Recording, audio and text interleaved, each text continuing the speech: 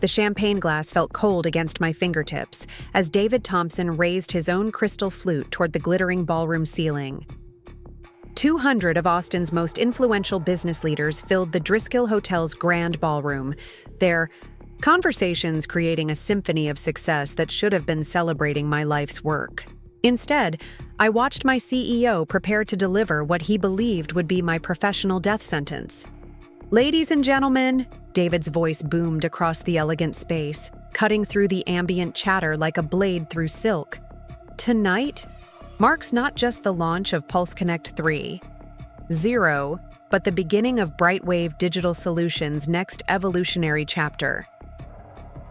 I maintained my practiced smile, the same expression I'd perfected through 9 years of watching others claim credit for my innovations. Before we jump back in, tell us where you're tuning in from, and if this story touches you, make sure you're subscribed, because tomorrow I've saved something extra special for you. The irony wasn't lost on me that he was about to fire me at the very party celebrating the platform I had conceptualized, developed, and positioned for market dominance. What David didn't know, what none of them knew, was that I had seen this moment coming from 3 weeks away. Hidden in the back pocket of my carefully selected black cocktail dress was a folded email I'd intercepted through means David would never suspect. An email detailing his plan to terminate me immediately after tonight's launch event, once the media coverage was secured and the client relationships were considered stable enough to transfer. He thought he was eliminating a threat to his authority while claiming the glory for himself. But David Thompson had no idea who he was really dealing with. He had no idea that the woman he was about to humiliate in front of Austin's business, Elite, was actually one of BrightWave's largest shareholders. He had no idea that my grandmother's inheritance hadn't just paid for my MBA, but had been strategically invested through Aurora Ventures, giving me a 22% stake in the very company he thought he controlled completely. Most importantly, he had no idea that his moment of triumph was about to become the catalyst for his own downfall. My name is Sarah Mitchell, and 9 years ago I walked into BrightWave Digital Solutions as a 23-year-old marketing coordinator with nothing but a business degree from UT Austin and an unshakable belief that hard work would eventually be rewarded. I had grown up in a modest house in Cedar Park, watching my mother work 2 jobs to keep us afloat after my father left when I was 12. She taught me that success wasn't handed to you. It was earned through persistence, intelligence, and the courage to seize opportunities when they presented themselves. The morning I first entered BrightWave's downtown Austin headquarters, the company occupied 3 floors of a converted warehouse in the trendy East Austin district. David Thompson, then the ambitious VP of Strategy, had just convinced the board to pivot from traditional marketing services to cutting-edge digital engagement solutions. The technology sector was exploding, and Austin was positioning itself as the next Silicon Valley. For a young woman with big dreams and limited resources, BrightWave felt like the perfect place to build something meaningful. I started in the PulseConnect marketing department's smallest cubicle, surrounded by stacks of industry reports and armed with an eagerness that probably annoyed my more experienced colleagues. But I didn't care about fitting in. I cared about understanding every aspect of how businesses connected with their customers in the digital age. While my peers focused on executing existing campaigns, I spent my evenings analyzing emerging trends in customer behavior, studying the intersection of psychology and technology that would eventually become the foundation of everything BrightWave achieved. Within 6 months, I had identified a gap in the market that would change everything. Traditional digital marketing platforms were treating customer engagement like a numbers game. More clicks, more views, more conversions.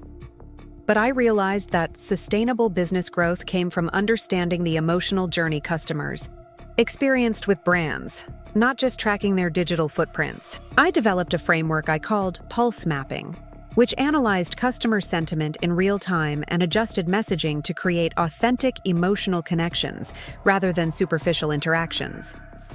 The framework was revolutionary, though I didn't fully understand its potential at the time. I presented it to David during a quarterly review meeting, expecting constructive feedback and perhaps an opportunity to develop it further within my current role.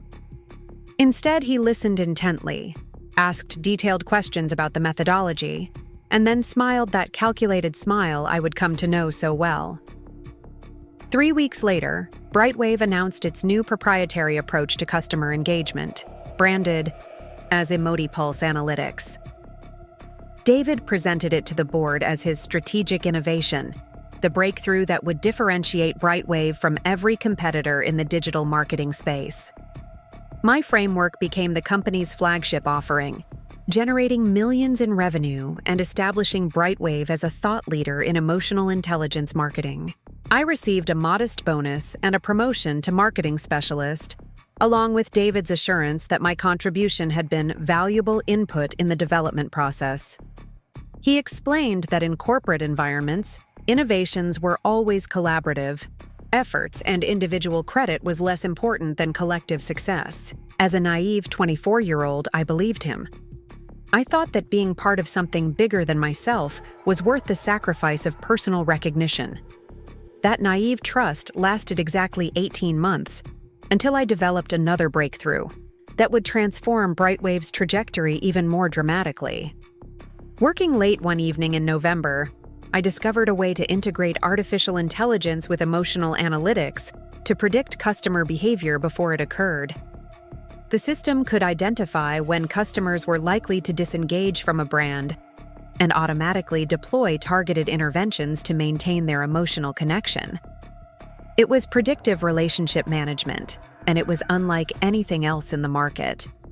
This time, I was more strategic in my approach. I documented everything, created detailed presentations, and requested a formal meeting with David to discuss implementation and recognition protocols. I had learned enough about corporate dynamics to understand the importance of establishing clear ownership before sharing innovations. David's response was enthusiastic and reassuring. He praised my strategic thinking, called the innovation game-changing, and promised that this development would finally establish me as a recognized thought leader within BrightWave. We would co-present the concept to the board, he said, with my role as primary developer clearly acknowledged in all materials and external communications. 2 months later, David unveiled PulseConnect 1.0 at the Austin Tech Summit, presenting it as his latest strategic breakthrough. He spoke passionately about his vision for the future of customer engagement, his innovative approach to artificial intelligence integration, and his commitment to revolutionary thinking in digital marketing. The audience gave him a standing ovation. Industry publications featured him on their covers. BrightWave's client roster doubled within 6 months. I watched the presentation from the audience, my stomach churning as David explained concepts I had developed in my apartment, using frameworks I had tested through countless hours of personal research. When reporters asked about his development process, he spoke eloquently about the collaborative nature of innovation, while never mentioning my name or contribution. Preparing and narrating this story took us a lot of time, so if you are enjoying it, subscribe to our channel. It means a lot to us. Now back to the story. I was listed in the program as Marketing Team Support, credited alongside the graphic designers and event coordinators.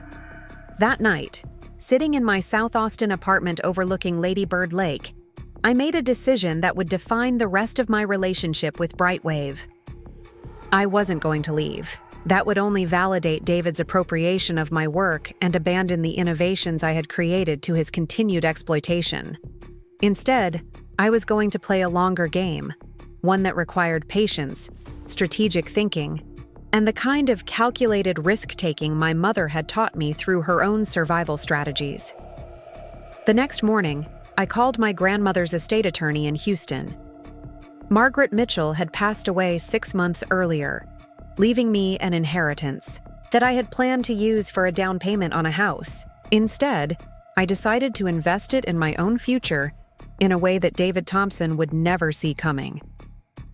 Through a series of carefully structured legal entities, I would become a silent investor in BrightWave Digital Solutions, using my inheritance to purchase equity shares through Aurora Ventures, an investment firm I established with the help of discreet financial advisors who specialized in anonymous corporate investments. The process took 8 months to complete, requiring careful coordination with securities attorneys and financial planners who understood the importance of maintaining investor privacy while complying with all disclosure requirements. By the ECE time the paperwork was finalized, I owned 22% of BrightWave through a complex but entirely legal structure that would remain invisible to company leadership until I chose to reveal it. During those 8 months, David continued his pattern of innovation appropriation with predictable regularity. My customer retention strategies became his loyalty architecture. My social media engagement protocols became his community-building methodology. My crisis communication frameworks became his reputation resilience systems. Each time, he followed the same process: enthusiastic private discussions about my valuable contributions, followed by public presentations where he claimed full credit for the strategic thinking. But now I was playing a different game entirely. I wasn't just an employee whose work was being stolen. I was a significant shareholder whose investment was being enhanced by the very innovations David was claiming as his own. Every client win built on my uncredited work was increasing the value of my equity stake. Every industry award he received for my strategies was strengthening my eventual position when the truth was revealed. More importantly, I was learning things about BrightWave's operations that no ordinary employee would ever discover. As a major shareholder through Aurora Ventures, I had access to board meeting minutes, financial reports, and strategic planning documents that revealed the full scope of David's leadership failures beyond his treatment of my contributions. I discovered that client retention had declined 18% since David's promotion to CEO 2 years earlier, masked by aggressive new business acquisition that showed impressive top-line growth but deteriorating profitability margins. I learned that employee turnover in creative and strategic roles had increased 43%, with exit interviews consistently citing concerns about recognition and advancement opportunities. Most troubling, I found evidence that David was systematically replacing high-performing women and minorities with less qualified candidates who were personally connected to him through his University of Texas alumni network. The pattern was clear and damning, but it was also carefully constructed to avoid obvious discrimination claims. David never explicitly stated that he preferred male colleagues or alumni connections. He simply found strategic reasons to eliminate threats to his authority while promoting loyalty over competence. It was a masterclass in corporate manipulation, and it was destroying the innovative culture that had originally attracted me to BrightWave. Throughout this period, I maintained perfect professional composure while building my understanding of David's vulnerabilities and BrightWave's structural weaknesses. I continued developing innovations, the predictive analytics that would become PulseConnect 2.0, the integration protocols that would enable PulseConnect 3.0, the customer journey mapping that would revolutionize how BrightWave approached client onboarding. Each innovation was carefully documented and strategically shared, always with the expectation that David would claim credit while unknowingly strengthening my eventual position. I also began cultivating relationships with key BrightWave stakeholders who could provide insight into David's decision-making process and potentially serve as allies when the moment for revelation arrived. Jennifer Rodriguez, the head of legal, had joined BrightWave 6 months after my first innovation appropriation and had quickly observed the pattern of credit misattribution. Michael Chen, a senior developer whose technical brilliance was consistently undervalued by David's business-focused leadership style, became a trusted collaborator on the artificial intelligence components that made PulseConnect so revolutionary. Most valuably, I developed a working relationship with Lisa Park, the CFO who had been recruited from a Fortune 500 company specifically to prepare BrightWave for potential acquisition or public offering. Lisa's financial acumen made her uniquely positioned to understand the disconnect between David's public leadership narrative and the company's actual operational performance.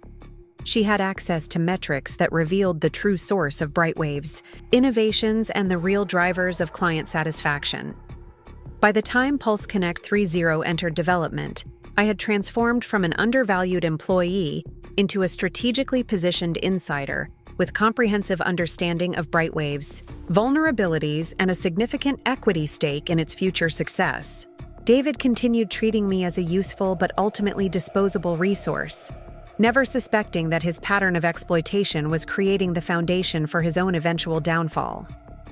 The development of PulseConnect 3.0 represented my most ambitious innovation yet, a fully integrated customer relationship ecosystem that could manage every aspect of brand-customer interaction, from initial awareness through long-term loyalty advocacy.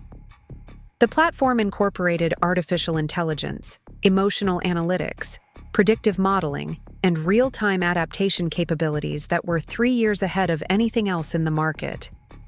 It was the kind of breakthrough that would establish BrightWave as the undisputed leader in digital customer engagement for the next decade. I spent 14 months developing the platform, working evenings and weekends to perfect every component while maintaining my regular responsibilities as marketing director. David was aware of my work on the project. I provided regular updates and requested resources as needed, but he assumed it was simply another iteration of existing capabilities rather than the revolutionary advancement it actually represented. When I finally demonstrated the completed platform to David in a private meeting 3 months ago, his reaction was immediate and predictable. He called it extraordinary, game-changing, and exactly the innovation BrightWave needed to dominate the market. He asked detailed questions about the technical architecture, the implementation timeline, and the competitive advantages it would provide. Then he outlined his vision for presenting PulseConnect 3.0 to the market. The launch would be positioned as David's strategic masterpiece, the culmination of his leadership vision and innovative thinking. I would be credited as the project manager who had helped coordinate development, but the conceptual framework, strategic direction, and market positioning would all be attributed to his guidance. The press releases were already being drafted. The industry-speaking engagements were being scheduled, and the board presentation was being prepared. That's when I knew the time for patient strategy was ending, and the moment for decisive action was approaching. David's plan to claim credit for PulseConnect 3.0, while reducing my role to administrative support, represented not just personal injustice, but a fundamental threat to BrightWave's future success. The platform was too complex, too innovative, and too dependent on ongoing development for anyone other than its creator to successfully manage its market introduction and client implementation. More importantly, I had learned through my Aurora Ventures access to board communications that Tech Forward Industries, BrightWave's largest client representing 32% of annual revenue, had specifically requested my continued leadership of their account as a condition of their contract renewal. David was planning to replace me with Tyler Brooks, his fraternity brother who had been hired 6 months earlier despite having no experience in digital marketing or customer analytics. The combination of factors created a perfect storm of strategic opportunity. David's planned appropriation of PulseConnect 3.0 would fail because he lacked the technical understanding to manage its implementation. His replacement of me with Tyler Brooks would likely result in the loss of BrightWave's largest client. His pattern of innovation theft and talent mismanagement was documented through years of board meeting minutes and financial reports that I could access through my shareholder status. Most importantly, his timing was catastrophically poor. The launch party for PulseConnect 3.0 was scheduled for the same evening he planned to terminate my employment, creating a public spectacle that would expose his judgment failures to Austin's entire business community while providing me with the perfect platform to reveal the truth about my role in BrightWave's success. 3 weeks ago, through methods David would never discover, I learned the exact details of his termination plan. The sequence was methodically planned. The launch party would establish media momentum for PulseConnect 3.0, I would be called into a private meeting during the evening's networking portion, and my termination would be presented as a strategic realignment that had been decided months earlier, but delayed until after the platform launch to ensure continuity. The email outlining this plan was shared between David and 2 board members who supported his leadership approach, but it was never distributed to the full board or copied to Lisa Park, whose financial oversight would typically include such significant personnel decisions. The omission suggested that David was moving unilaterally, without comprehensive board approval or consideration of the potential consequences. Reading that email was the moment I realized that 9 years of patient strategy and careful positioning had led to this singular opportunity.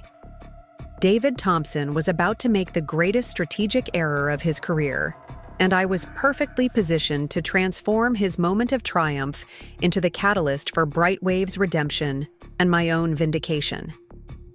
Tonight, surrounded by 200 of Austin's most influential business leaders, David believes he is celebrating his greatest achievement while eliminating his greatest threat. He has no idea that the woman he's about to humiliate in front of the city's business elite holds enough equity to reshape BrightWave's entire leadership structure.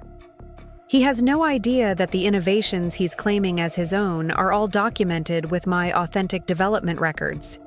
Most importantly, he has no idea that his carefully planned termination is about to become the beginning of his own professional reckoning.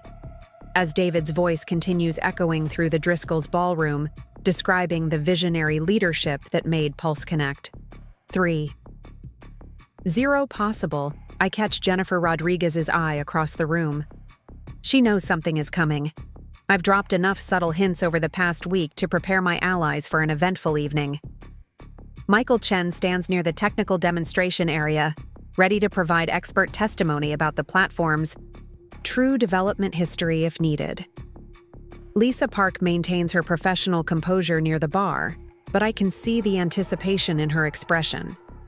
They all know that tonight will be different, though none of them understand exactly how dramatically different it will be. David Thompson is about to learn that 9 years of systematic exploitation and credit appropriation have consequences. He's about to discover that the quiet marketing director he thinks he can discard at will is actually the strategic architect of everything he values about his professional legacy. Most importantly, he's about to realize that some victories come with prices too high to pay, and some enemies are too dangerous to create. The champagne in my glass catches the ballroom's crystal chandelier light as David begins transitioning toward the evening's special announcements.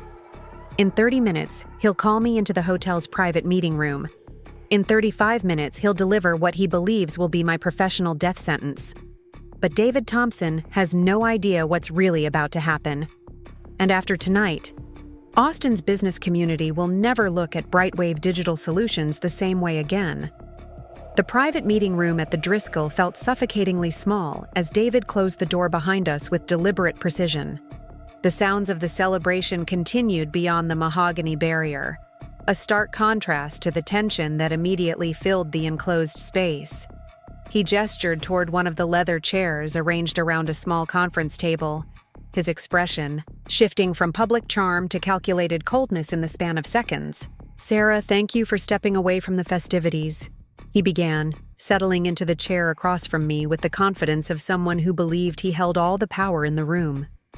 "I wanted to discuss some exciting developments regarding your career trajectory here at BrightWave."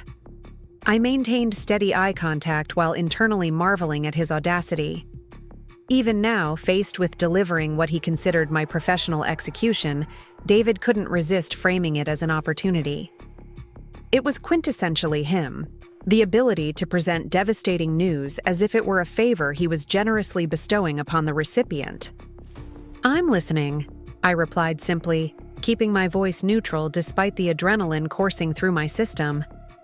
This was the moment I had been preparing for, not just for the past 3 weeks since discovering his termination plan, but for the past 4 years since establishing Aurora Ventures and securing my hidden position as BrightWave's second-largest shareholder. David leaned back in his chair, adopting the relaxed posture of someone savoring a moment he had been anticipating for months. As you know, tonight's launch represents a pivotal transition for BrightWave. PulseConnect 3.0 establishes us as the undisputed market leader in predictive customer engagement, and with that success comes the need for strategic realignment across our entire organization. He paused dramatically, watching my face for signs of anxiety or distress. Finding none, he continued with slightly less confidence than he had begun. After extensive consultation with our board and careful consideration of our evolving needs, we've decided to restructure the marketing department to better align with our growth trajectory. The corporate speak was masterful in its deliberate vagueness, designed to obscure the brutal reality of what was happening while maintaining plausible deniability about his motivations. I had heard him use similar language when explaining the departure of other high-performing employees who had become inconvenient to his authority. "What does that restructuring entail?" I asked, though I already knew exactly what he was about to say. The email I had intercepted had laid out his entire strategy with clinical precision. "We're transitioning to a more centralized approach to client management," David explained, his tone growing more animated as he warmed to his prepared presentation. "Tyler Brooks will be assuming oversight of our major accounts, including tech-forward industries, allowing for more integrated strategic coordination across all client relationships." Tyler Brooks, David's University of Texas fraternity brother, who had been hired 6 months earlier despite having no background in digital marketing, no experience with artificial intelligence platforms, and no understanding of the emotional analytics that formed the foundation of everything BrightWave had achieved. His primary qualification appeared to be an unwavering loyalty to David and a willingness to execute strategies without questioning their origin or effectiveness. "And my role in this new structure?" I asked, maintaining the same measured tone, despite knowing exactly where this conversation was heading. David's expression shifted slightly, the practiced sympathy of someone delivering bad news they secretly enjoyed. "Unfortunately, with the consolidation of client management responsibilities, we won't have a position that fully utilizes your particular skill set. We've prepared a generous severance package, 6 months of salary continuation, extended health, benefits, and of course my personal recommendation for any future opportunities you might pursue." The irony was breathtaking. David was terminating me for possessing the particular skill set that had created every innovation he had claimed as his own over the past 7 years. The very expertise he was discarding as unnecessary was the foundation of the company's competitive advantage and the source of his professional reputation. "I see," I responded calmly, allowing the silence to stretch between us while David waited for the emotional reaction he was expecting. Tears, perhaps, or angry protests about the unfairness of the decision. Instead, I reached into my purse and withdrew a leather portfolio I had brought specifically for this moment. "Before we discuss transition logistics," I said, opening the portfolio to reveal a stack of neatly organized documents, "I should probably clarify something about my relationship with BrightWave that might influence your strategic planning." David's expression shifted from satisfied confidence to wary confusion as I placed the first document on the table between us. It was a stock certificate issued by BrightWave Digital Solutions to Aurora Ventures, dated 4 years earlier, representing a 22% equity stake in the company. "What is this?" he asked, leaning forward to examine the document more closely, his voice carrying the first note of uncertainty I had heard all evening. "This is documentation of Aurora Ventures' investment in BrightWave," I explained matter-of-factly. "As you can see, Aurora holds a significant equity position in the company, making it the second-largest shareholder after the founding partnership consortium." David studied the certificate with growing alarm, his practiced composure beginning to crack as the implications registered. Aurora Ventures had been a silent partner in BrightWave for years, providing capital for expansion while maintaining a deliberately low profile in company operations. The investment had been structured through intermediary law firms and managed through proxy representatives to maintain investor privacy. "I don't understand the relevance," David said carefully, though his voice betrayed his increasing discomfort with the direction of our conversation. I placed a second document on the table, the corporate filing that established Aurora Ventures as a Delaware corporation, with myself listed as the sole principal and primary beneficiary. "The relevance, David, is that I am Aurora Ventures. I have been BrightWave's second-largest shareholder for the past 4 years." The color drained from David's face as he processed this revelation. His carefully orchestrated termination meeting had just transformed into something entirely different, something he was completely unprepared to handle. The power dynamic he thought he controlled had shifted so dramatically that he couldn't immediately comprehend the new reality. "This is impossible," he stammered, looking back and forth between the documents as if they might disappear under closer scrutiny. "Aurora's representative has been Thomas Blackwell. We've dealt with him directly on all investment matters." "Thomas Blackwell is a corporate attorney who served as Aurora's proxy representative," I clarified.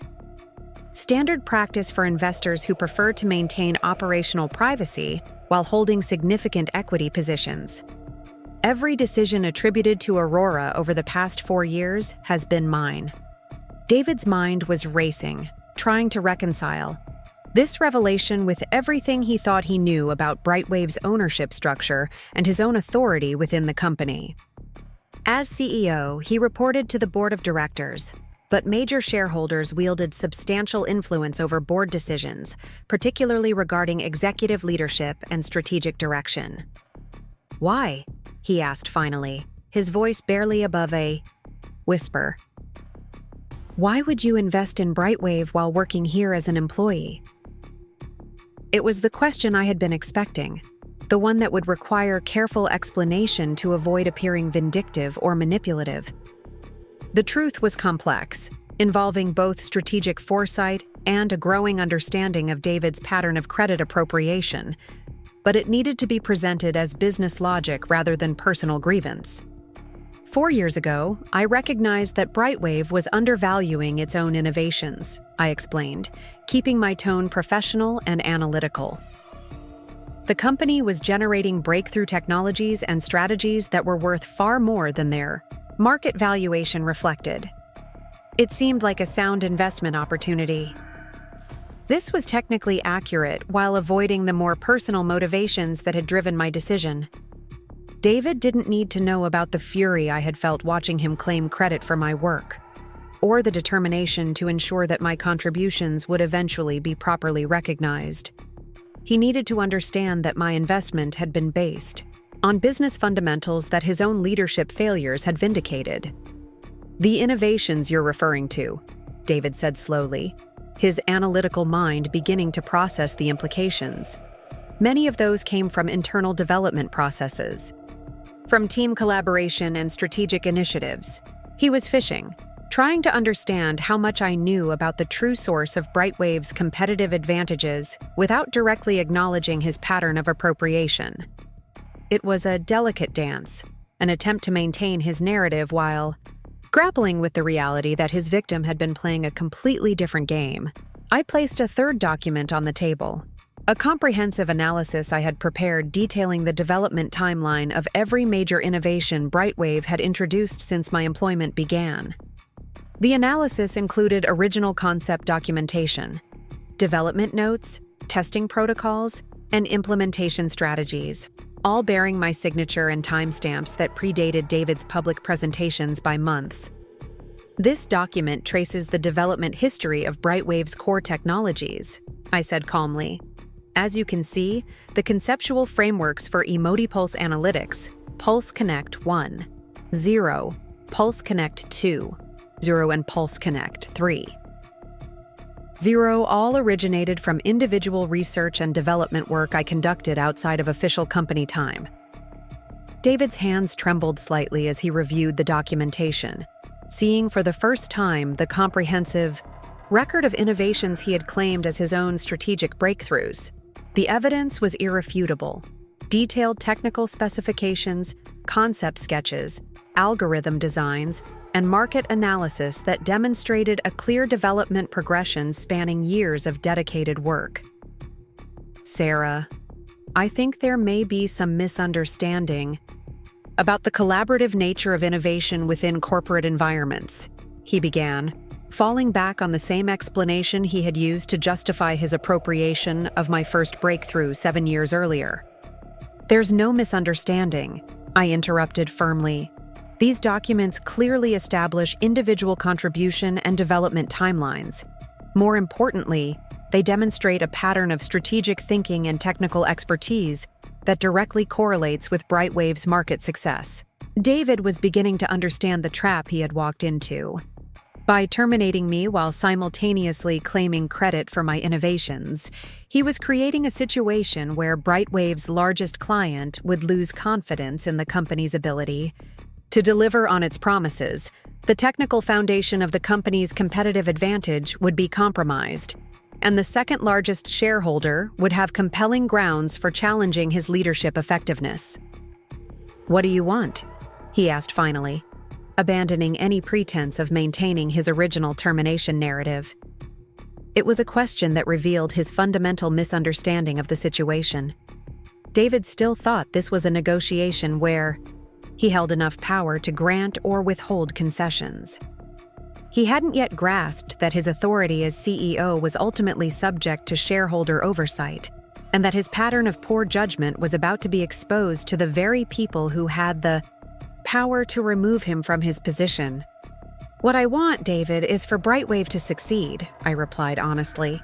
"What I want is for innovations to be properly attributed and for strategic decisions to be based on competence rather than personal relationships. What I want is for this company to fulfill the potential that made it worth investing in 4 years. Ago." David sat in silence, processing the implications of my response. This wasn't about personal revenge or financial gain. It was about institutional effectiveness and organizational integrity. The very values he had systematically undermined through his leadership approach were now threatening to undo everything he had built his career upon. "The tech-forward contract," he said suddenly, as another piece of the puzzle clicked into place. "Mark Anderson specifically requested your continued involvement in their account management." I nodded confirmation. "Mark has made it clear that Tech Forward's contract renewal is contingent upon maintaining the strategic relationship we've developed over the past 3 years. They understand that their success with PulseConnect is directly tied to the expertise that created it." This was the financial reality that made David's termination plan untenable. Tech Forward Industries represented 32% of BrightWave's annual revenue, and their contract included performance guarantees that could only be met through continued access to the technical knowledge that had created their customized implementation. Replacing me with Tyler Brooks wouldn't just risk losing a major client, it would almost certainly guarantee it. "We can restructure the transition plan," David offered desperately. "Perhaps a consulting arrangement that maintains your involvement with Tech Forward while allowing for the organizational changes we've already announced." I shook my head firmly. "The time for half measures and face-saving compromises has passed, David. BrightWave needs fundamental changes in leadership approach, not cosmetic adjustments to avoid immediate consequences." David's expression hardened as he realized that I wasn't going to accept a modified version of his original plan. This wasn't a negotiation he could win through corporate maneuvering or strategic concessions. The revelation of my shareholder status had transformed our relationship completely, and there was no returning to the previous dynamic. "You've been planning this," he accused, his voice carrying a mixture of anger and grudging admiration. "The investment, the documentation, the timing of this revelation, this has all been carefully orchestrated." I didn't deny the accusation because it was largely accurate. My patient accumulation of evidence, strategic investment in the company, and cultivation of key relationships had all been building toward this moment when David's pattern of exploitation would finally face consequences. I've been protecting my interests and ensuring that my contributions would eventually receive appropriate recognition, I confirmed. What I didn't plan was for you to force this confrontation by attempting to terminate me on the same evening you claim credit for my latest innovation. David stood abruptly, pacing to the small window that overlooked downtown Austin's glittering skyline. The celebration continued in the ballroom below, 200 of the city's most influential business leaders toasting what they believed was his greatest triumph. In reality, they were celebrating the work of the woman he had just tried to eliminate from the organization. "What happens now?" he asked without turning around, his voice resigned to a reality he was only beginning to comprehend. "Now we return to the celebration," I replied, gathering my documents and returning them to the leather portfolio. "You'll continue hosting the launch party for PulseConnect 3.0, and I'll continue representing BrightWave's interests as both an employee and a major shareholder." David turned back toward me, his expression a mixture of confusion and apprehension. "And tomorrow?" "Tomorrow we begin implementing the changes necessary to align BrightWave's operations with its stated values and shareholder expectations," I said, standing to leave. "Changes that should have been made years ago." As I reached for the door handle, David made one final attempt to regain some measure of control over the situation. "Sarah, this doesn't have to become adversarial. We've worked together successfully for 9 years. Surely we can find a way to move forward that serves everyone's interests." I paused at the door, considering his words carefully before responding. "David, we've never worked together. You've systematically appropriated my work while marginalizing my contributions.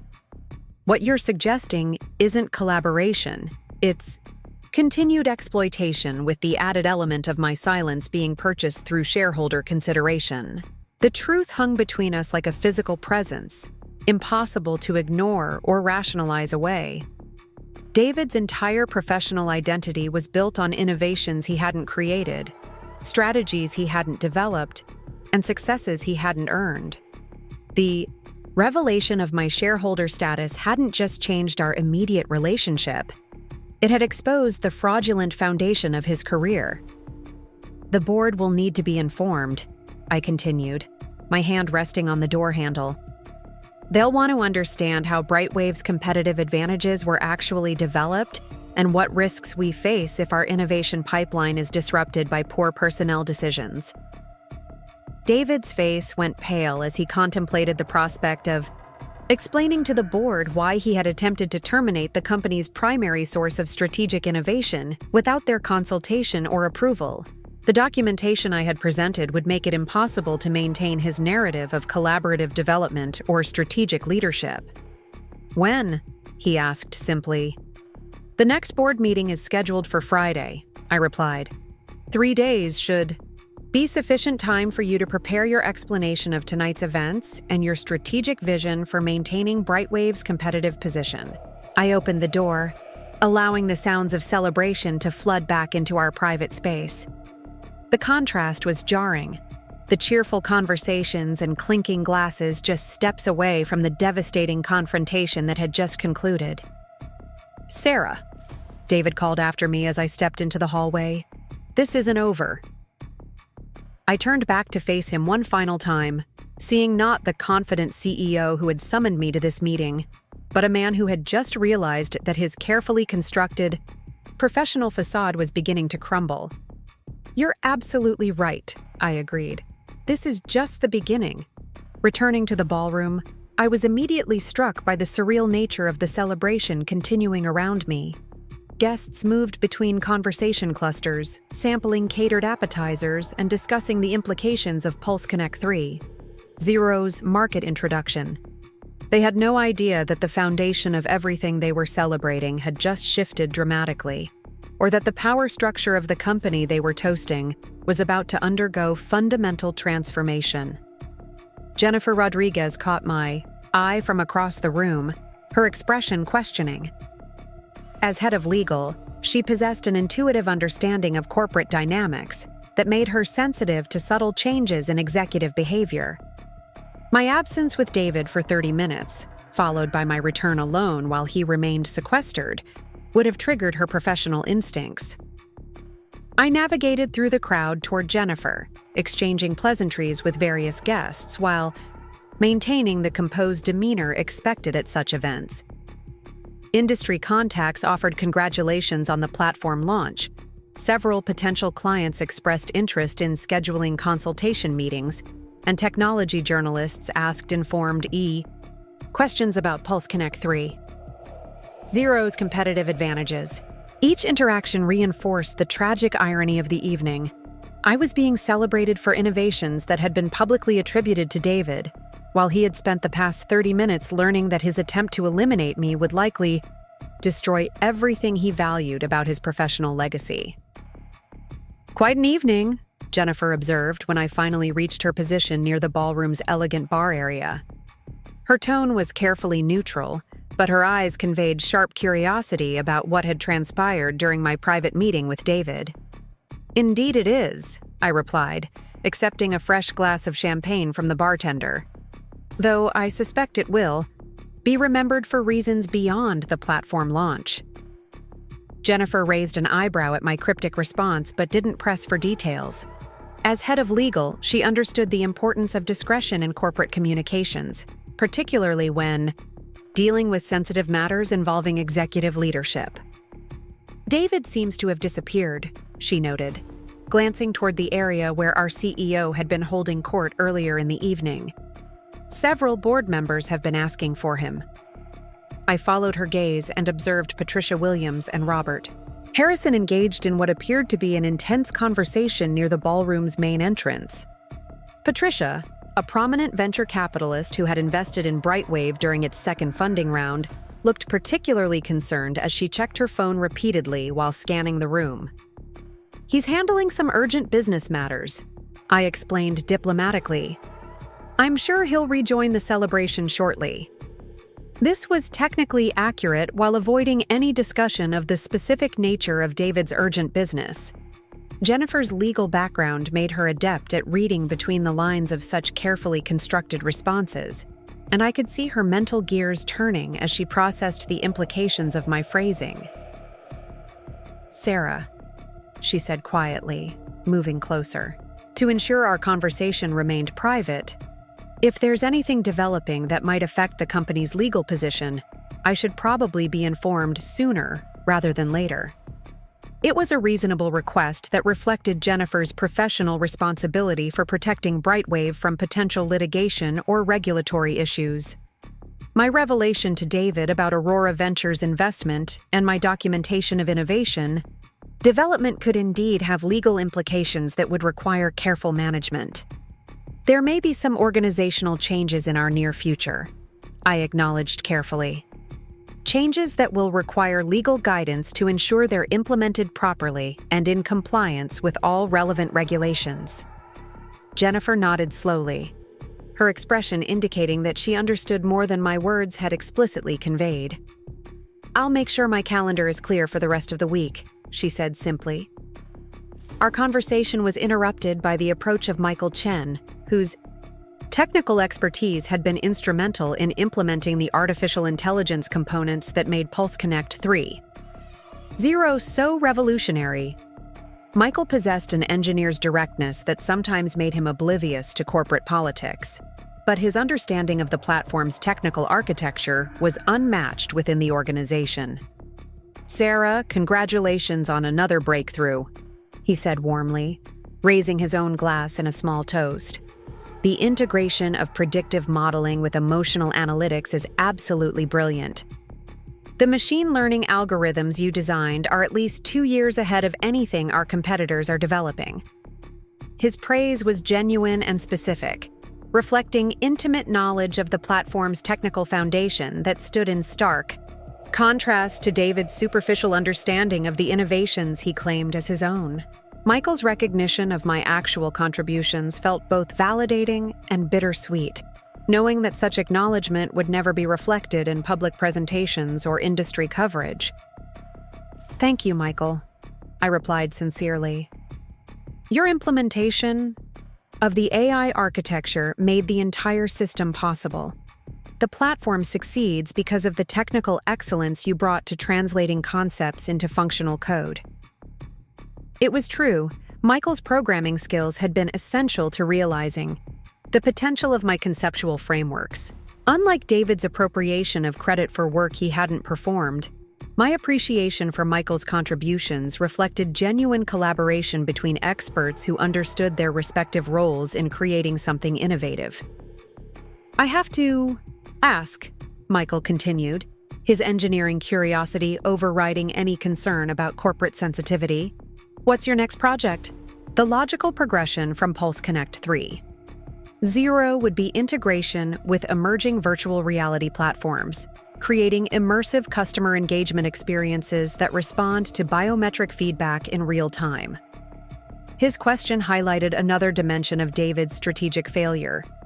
The termination plan had focused exclusively on claiming credit for existing innovations, while completely ignoring the need for continued development to maintain BrightWave's competitive advantage. Losing access to my strategic thinking wouldn't just risk current client relationships. It would ensure that the company's innovation pipeline dried up completely. That's an interesting direction, I replied diplomatically, conscious that Jennifer was listening carefully to our exchange. Though I think BrightWave's immediate priority should be ensuring that current clients receive the full value of what we've already developed. Michael nodded enthusiastically, missing the subtle implication that my availability for future innovation might depend on factors beyond normal project planning. The tech-forward implementation is going to be fascinating. Their customer base is so diverse that the platform will need to adapt to completely different emotional profiles and engagement preferences. Mark Anderson is very excited about the customization possibilities, I confirmed. Tech Forward understands that their competitive advantage comes from treating each customer segment as a unique relationship rather than applying generic engagement strategies. Jennifer's expression sharpened at the mention of Tech Forward, recognizing the financial significance of their relationship with BrightWave. As head of legal, she would be aware of the contract terms that made their account renewal contingent upon specific performance guarantees that could only be met through continued access to specialized expertise. Our conversation was interrupted by the arrival of Lisa Park, the CFO whose financial acumen made her uniquely positioned to understand the disconnect between David's public leadership narrative and the company's actual operational performance. Lisa's recruitment from a Fortune 500 company 18 months earlier had been specifically intended to prepare BrightWave for potential acquisition or public offering, making her assessment of executive effectiveness particularly influential. "Sarah, I've been looking forward to speaking with you," Lisa said, her tone carrying an undertone of significance that suggested this wasn't merely social conversation. "I've been reviewing the financial impact projections for PulseConnect 3.0, and the revenue potential is extraordinary." Lisa's financial analysis would have revealed the direct correlation between my innovations and BrightWave's improved profitability over the past several years. Unlike David's focus on claiming credit for strategic thinking, Lisa was concerned with measurable results and sustainable competitive advantages that could be quantified through objective metrics. The platform should deliver substantial value for clients who implement it properly, I agreed. The key is ensuring that implementations are managed by teams who understand both the technical architecture and the strategic principles underlying its design. Lisa nodded thoughtfully, her financial background making her sensitive to the risks associated with losing key personnel who possessed irreplaceable institutional knowledge. That's exactly what I wanted to discuss. The client retention projections I've been developing assume continuity in our strategic leadership and technical expertise. Her comment wasn't subtle. Lisa was expressing concern about potential disruptions to the team responsible for BrightWave's competitive success. As CFO, she would be aware of industry patterns where companies lost key clients following the departure of critical personnel, and she was clearly seeking reassurance about stability in our strategic capabilities. Continuity is certainly important, I replied carefully, conscious that Jennifer was listening to every word of our exchange. Though I think BrightWave's long-term success depends more on institutional commitment to innovation and proper recognition of contributions than on any individual personalities, Lisa's expression suggested that she understood the implications of my response. Her financial analysis would have revealed which employees were actually driving client satisfaction and revenue growth, information that might not align with David's narrative of executive leadership and strategic vision. I completely agree, Lisa said firmly. Merit-based advancement and appropriate recognition are essential for maintaining the kind of innovative culture that creates sustainable competitive advantages. Jennifer was now watching our conversation with undisguised interest, her legal instincts recognizing the corporate governance implications being discussed through carefully diplomatic language. The head of legal, the CFO, and the primary source of strategic innovation were essentially conducting a preliminary discussion about leadership effectiveness without explicitly challenging the current CEO's authority. "Ladies, I hope I'm not interrupting anything important," came David's voice from behind us, his tone carefully modulated to project confidence despite the devastating private conversation we had just concluded. We turned to see David approaching, with his practiced public smile, though I could detect the strain in his expression that would be invisible to casual observers.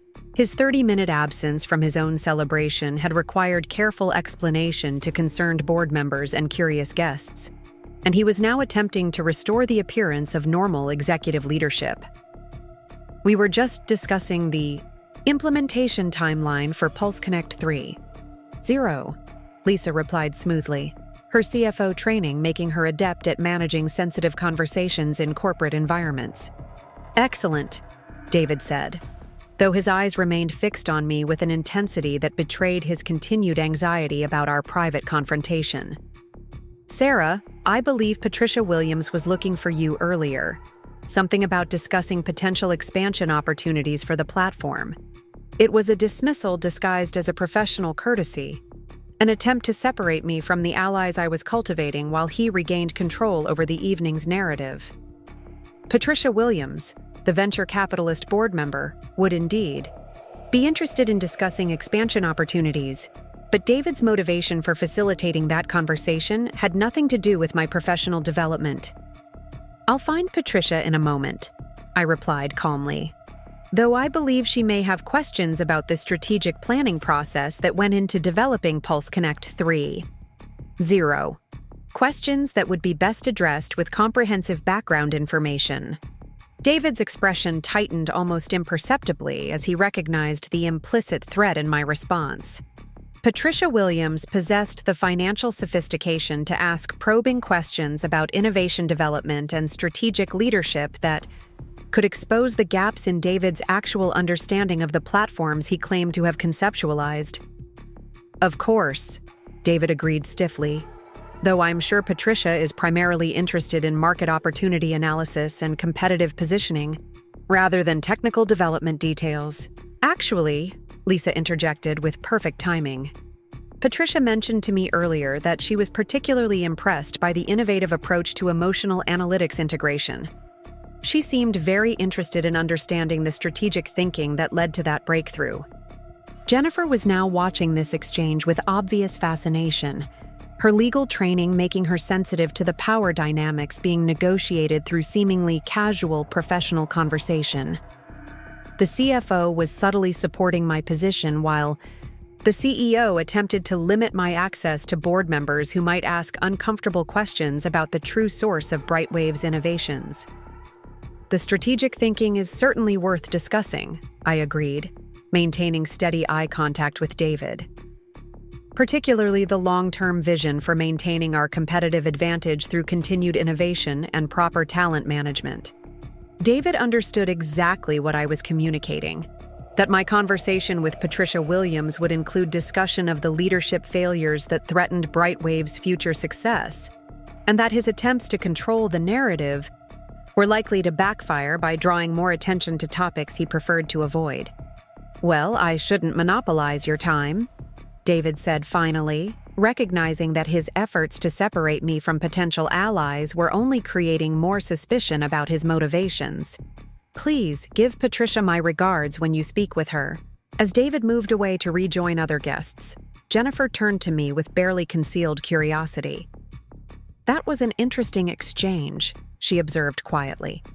Corporate politics can be complicated, I replied diplomatically, though I could see that Jennifer's legal instincts were now fully engaged in analyzing the dynamic she had witnessed.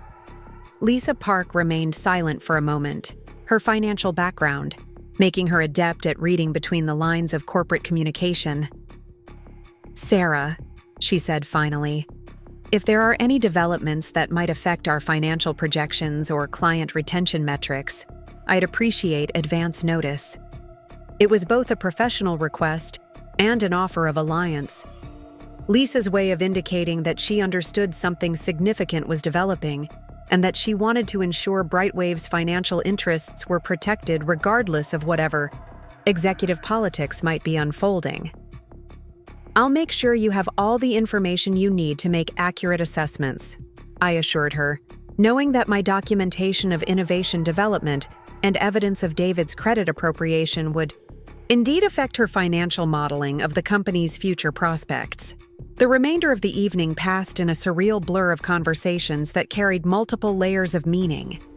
Industry contacts congratulated me on innovations they attributed to David's leadership. Potential clients expressed enthusiasm for strategies they believed reflected his strategic vision. Board members praised the platform launch while remaining unaware that its creator had been marked for termination just hours earlier. Throughout it all, I maintained the composed professionalism that had served me well during 9 years of watching others claim credit for my work. But now that patience and strategic thinking were finally yielding results, transforming years of exploitation into the foundation for comprehensive organizational change. As the celebration wound down and guests began departing into the Austin night, I found myself standing on the Driskill's terrace overlooking the city's glittering downtown skyline. The view was spectacular, but my thoughts were focused on the 3 days remaining before the board meeting that would determine BrightWave's future leadership structure. David Thompson had spent the evening believing he was celebrating his greatest triumph while eliminating his greatest threat. Instead, he had triggered a sequence of events that would expose his fundamental leadership failures to the very people who possessed the power to remove him from his position. Tomorrow, the real work would begin. The morning after the launch, party arrived with crystalline clarity that seemed to illuminate every detail of downtown Austin with sharp precision. I stood at my apartment window overlooking Lady Bird Lake, watching the sunrise paint the water in shades of gold and amber, while my mind processed the seismic shift that had occurred in my professional landscape. The comfortable routine of accepting David's exploitation had ended forever, replaced by the complex reality of wielding actual power within an organization that had systematically undervalued my contributions. My phone had been vibrating intermittently since 6 a.m. with messages from colleagues, industry contacts, and clients who had attended last night's celebration. The enthusiasm was palpable. Journalists requesting follow-up interviews about PulseConnect 3.0's market implications, potential clients seeking consultation meetings, and technology analysts wanting deeper insights into the platform's competitive advantages. What they didn't realize was that every conversation they wanted to have about the platform's innovation would expose the vast gap between David's superficial understanding and the technical reality of what had been created. The most significant message had arrived at 7:15 from Mark Anderson, CEO of Tech Forward Industries and BrightWave's most valuable client. His text was direct and concerning. Sarah, need to discuss urgent developments regarding our contract implementation. Can we meet this morning? Some troubling information has come to light about personnel changes at BrightWave. Mark's message confirmed what I had anticipated. David's termination plan hadn't remained as confidential as he believed. Corporate networks in Austin's technology sector were intimate enough that significant personnel decisions rarely stayed secret for long, particularly when they involved key account managers for major client relationships. Someone had leaked information about my planned termination, either deliberately to undermine David's strategy or accidentally through careless conversation at last night's event. I responded immediately, suggesting a meeting at Radio Coffee on Barton Springs Road, a location that would provide privacy for sensitive business discussion while remaining neutral territory that wouldn't suggest any impropriety in our client relationship. Mark's response came within minutes, confirming our meeting for 9 o'clock and expressing appreciation for my quick availability. The significance of this development couldn't be overstated. TechForward's contract with BrightWave contained specific performance guarantees and personnel requirements that had been negotiated based on my direct involvement in their account management.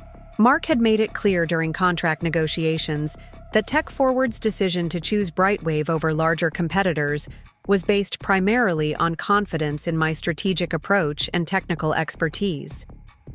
David's plan to replace me with Tyler Brooks wasn't just a personnel decision, it was a fundamental breach of the client relationship that had generated 32% of BrightWave's annual revenue. As I prepared for the meeting, I considered the broader implications of Mark's early awareness of internal changes at BrightWave. If TechForward was questioning personnel stability less than 12 hours after the launch party, other major clients were likely having similar conversations. The technology sector's interconnected nature meant that concerns about account management disruptions would spread rapidly through industry networks, potentially affecting multiple client relationships simultaneously. The drive to Radio Coffee provided time to organize my thoughts about how to handle Mark's concerns without compromising my position within BrightWave or appearing to undermine the company I was fighting to transform. My goal wasn't to poach clients for personal benefit or to sabotage David's leadership through external pressure. Instead, I needed to ensure that client relationships remained stable while internal organizational changes addressed the fundamental leadership failures that threatened BrightWave's long-term success. Mark was already seated at a corner table when I arrived, his expression serious as he reviewed documents on his tablet. At 44, he possessed the sharp analytical mind and direct communication style that had made TechForward one of Austin's fastest-growing technology companies. His relationship with BrightWave had developed over 3 years of successful collaboration, but I could see tension in his posture that suggested significant concern about recent developments. "Sarah, thank you for meeting on such short notice," Mark said, standing to shake my hand with the professional courtesy that characterized all our interactions. "I apologize for the early hour, but we received some disturbing information last night that requires immediate clarification." I settled into the chair across from him, noting the formal tone that suggested this conversation would be more serious than our typical account coordination meetings. "Of course, Mark. How can I help address your concerns?" Mark leaned forward, slightly, his voice lowering to ensure our conversation remained private despite the coffee shop's morning bustle. "We were contacted yesterday evening by someone claiming to represent BrightWave's executive team, informing us that you would no longer be managing our account and that all future communications should be directed through Tyler Brooks." Breath caught in my chest as I processed this information. David had moved even more quickly than I had anticipated, reaching out to TechForward before our private confrontation to begin implementing his personnel transition plan. The timing suggested that he had been confident enough in his termination strategy to start notifying clients before actually executing the firing, demonstrating either remarkable arrogance or complete miscalculation of the potential consequences. That communication was premature and does not reflect BrightWave's current account management structure, I replied carefully, choosing my words to provide accurate information without revealing the full scope of the internal conflict that had developed. Mark's expression showed both relief and continued concern. "Sarah, I need to be completely direct with you. TechForward's contract with BrightWave specifically identifies you as the primary account strategist responsible for our implementation. That wasn't just corporate language. It was a material condition of our agreement to work with BrightWave, instead of larger competitors who were pursuing our business. This confirmation of contractual specificity was both validating and strategically crucial. Mark was making clear that TechForward's relationship with BrightWave was built on confidence in my personal involvement, not just the company's general capabilities. Any attempt to replace me with someone lacking equivalent expertise would constitute a fundamental breach of their service agreement. I understand the importance of continuity in our working relationship, I acknowledged. The communication you received does not represent finalized personnel decisions, and I remain fully committed to ensuring TechForward receives the strategic support outlined in our service agreement. Mark studied my response carefully, his business experience making him sensitive to the diplomatic language often used to navigate corporate politics. Sarah, I appreciate your professionalism, but I need to understand what's really happening at BrightWave. TechForward has invested significant resources in implementing PulseConnect based on strategies we developed together. Any disruption to that relationship would force us to reconsider our entire technology partnership. The implicit threat was clear. TechForward was prepared to terminate their contract with BrightWave if they lost confidence in the company's ability to deliver the strategic support they had contracted for. Given the size of their account and the performance guarantees involved, such a decision would devastate BrightWave's financial position while creating negative publicity that could affect other client relationships. Mark, I can assure you that any organizational changes at BrightWave will prioritize client success and contract performance above internal politics, I said firmly. Your implementation will continue to receive my direct oversight, and the strategic approach we've developed together will remain unchanged. Mark nodded slowly, though his expression suggested continued concern about the stability of our partnership. I hope that's the case, Sarah, because I need to tell you that Tyler Brooks contacted our team directly this morning, introducing himself as our new primary point of contact and requesting immediate transition meetings. This revelation was even more disturbing than the initial client notification. Tyler was actively pursuing control of the TechForward relationship despite having no background in their industry, no understanding of the customized strategies we had developed, and no knowledge of the technical architecture underlying their PulseConnect implementation. His eagerness to assume responsibility for an account he was completely unqualified to manage demonstrated either remarkable overconfidence or deliberate sabotage of the client relationship. What was your response to Tyler's outreach? I asked, though I suspected I already knew the answer based on Mark's increasingly concerned demeanor. We declined to schedule any meetings until we could clarify the account management structure. With BrightWave's executive team, Mark replied diplomatically. Tyler seemed surprised by our reluctance to immediately transfer our working relationship to him, particularly when we explained that our contract specifically identifies you as the primary strategic contact. The image of Tyler's confusion, when confronted with contractual specificity, was almost amusing, if the implications weren't so serious for BrightWave's client relationships. David's fraternity brother possessed no understanding of how major technology partnerships actually functioned, assuming that client loyalty was transferable based solely on company affiliation, rather than individual expertise and relationship. History. Mark, I want to be completely transparent with you about the situation, I said, making a calculated decision to share information that would protect TechForward's interests, while positioning myself advantageously for the internal conflict. Ahead, there are discussions occurring within BrightWave about organizational structure and account management protocols. However, any changes will be implemented in a way that maintains the continuity and expertise that TechForward contracted for. Mark leaned back in his chair, processing the implications of my carefully worded explanation. Sarah, TechForward has been through enough corporate partnerships to recognize when internal politics might affect service delivery. We need to know that our implementation won't become collateral damage in whatever executive conflicts might be developing. His concern was entirely reasonable and reflected sophisticated understanding of how corporate dysfunction could impact client relationships. Tech Forward had invested millions of dollars and significant organizational resources in their PulseConnect implementation based on confidence in my strategic guidance. They couldn't afford to have that investment compromised by BrightWave's internal leadership failures.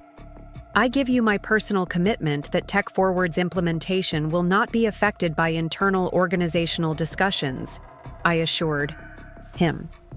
More importantly, I want you to know that I have the authority and resources necessary to ensure that commitment is honored.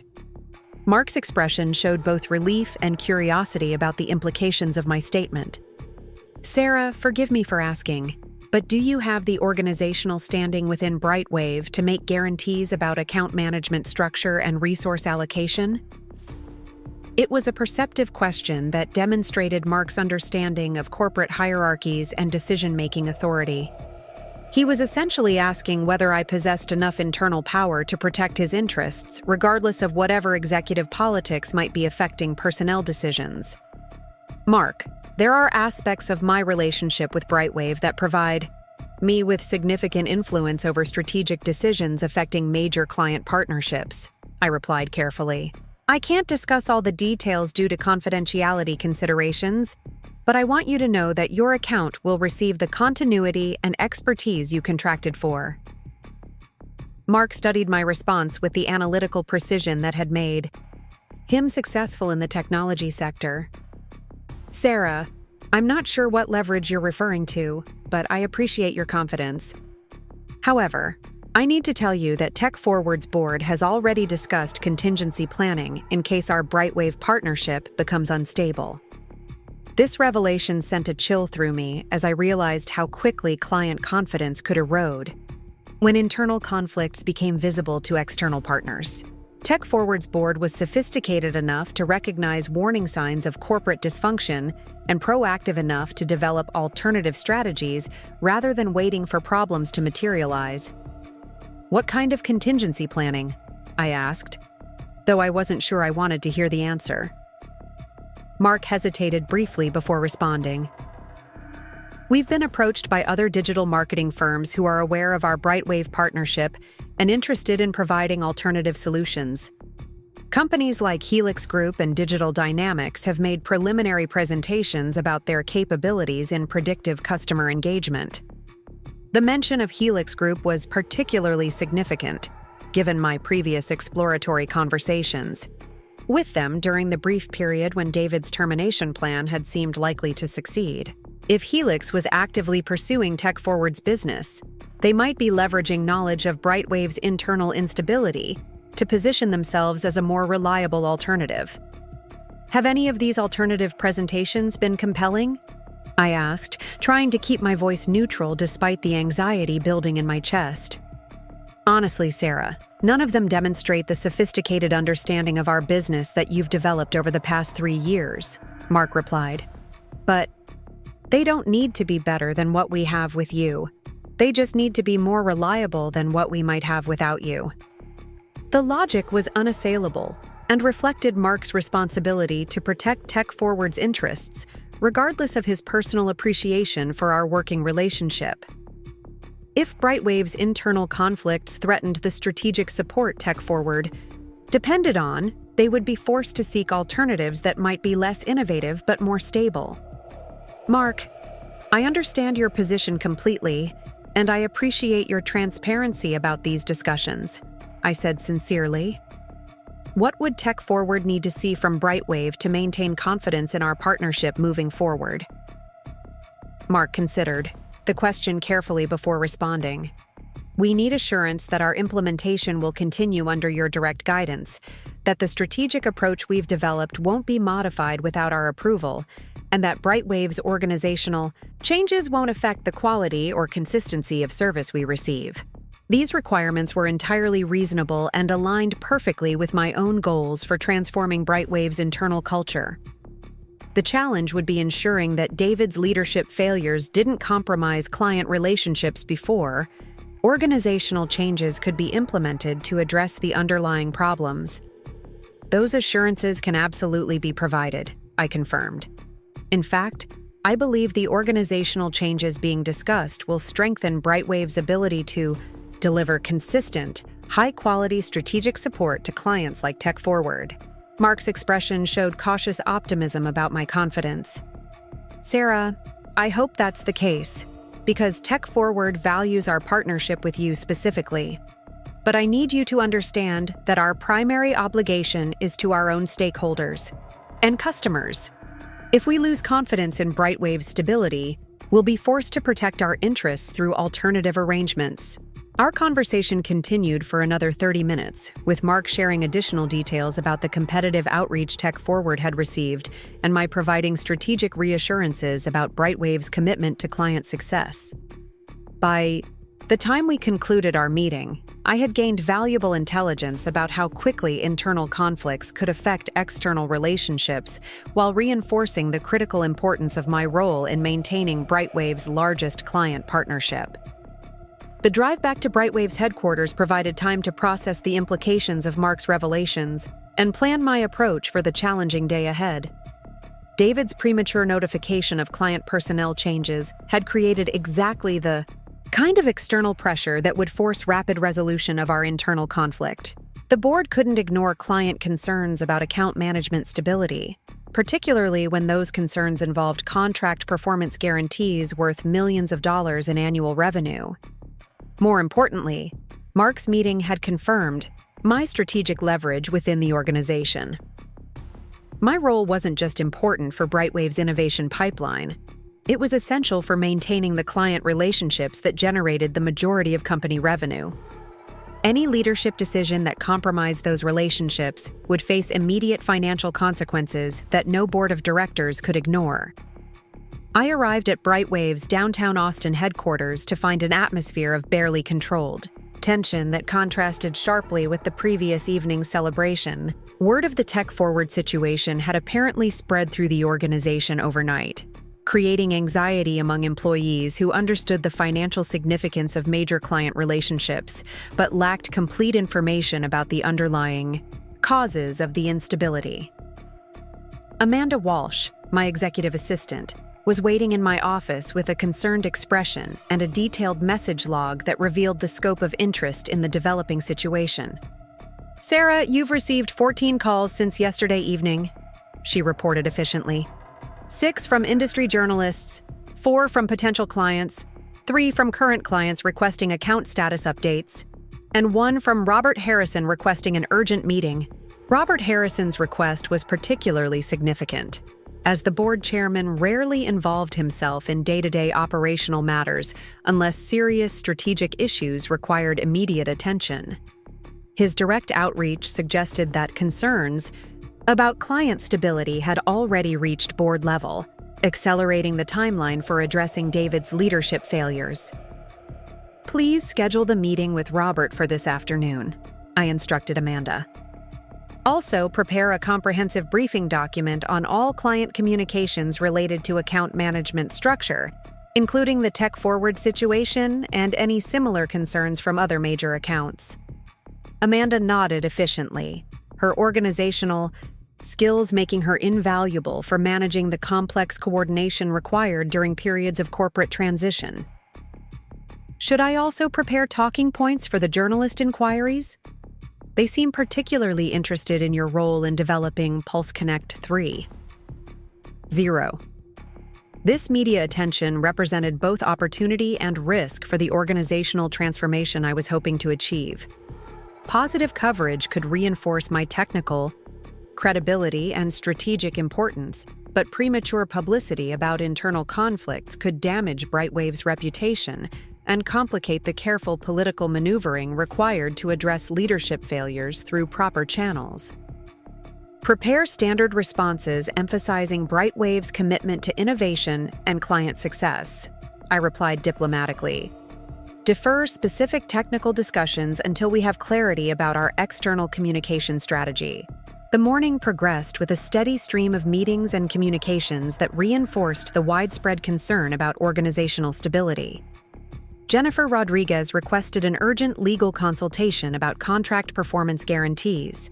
and client retention risks. Lisa Park shared preliminary financial analysis showing potential revenue impacts if major clients lost confidence in BrightWave's service delivery capabilities. Michael Chen expressed confusion about technical development priorities and resource allocation for ongoing platform enhancements.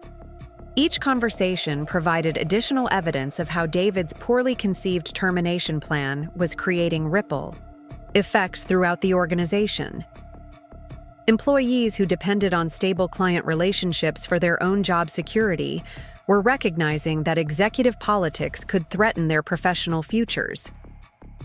The innovative culture that had attracted talented people to BrightWave was being undermined by leadership decisions that prioritized personal authority over organizational effectiveness. The most revealing interaction came during an unexpected encounter with Tyler Brooks in the break room near my office. David's fraternity brother appeared agitated and confused as he struggled to understand why his assumption of the Tech Forward account wasn't proceeding as smoothly as he had anticipated. "Sarah, I'm glad I ran into you," Tyler said with forced casualness that didn't quite mask his underlying anxiety. "I understand there might be some confusion about the Tech Forward transition. David mentioned that you could help clarify the account background before I take over the relationship." The irony of Tyler requesting my assistance with taking over my own account was almost surreal, but it provided insight into how completely David had misrepresented the situation to his chosen replacement. Tyler apparently believed that account transitions were routine administrative processes that required minimal coordination rather than complex relationship management involving contractual obligations and technical expertise. Tyler, account? Transitions in our industry require careful coordination to ensure continuity of strategic support, I explained diplomatically.